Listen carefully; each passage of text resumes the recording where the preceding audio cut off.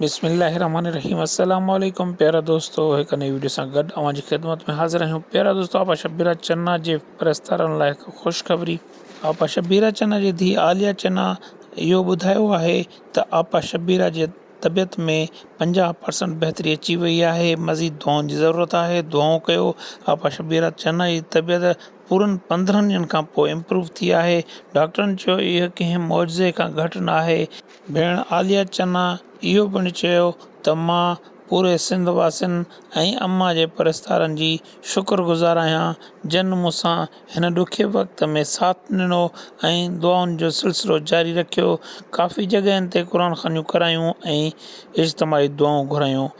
आलिया चन्ना इहो पिणु चयो त मां उन सभिनी माण्हुनि जी थोराइती आहियां जिन अम्मा जे लाइ तहे दिलि सां दुआऊं कयूं ऐं अञा मज़ीद दुआउनि जी ज़रूरत आहे। डॉक्टरनि चयो आहे त आपा शब्बीरा चन्ना जी तबियत हाणे बहितरु आहे ऐं इंशा अल्लाह ताला कुझु ॾींहंनि खां पोइ आपा शब्बीरा चन्ना जो वेंटिलेटर पिणु हटायो वेंदो।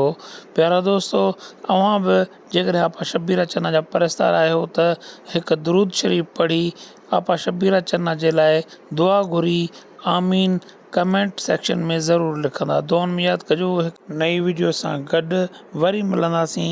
अल्लाह हाफ़िज़।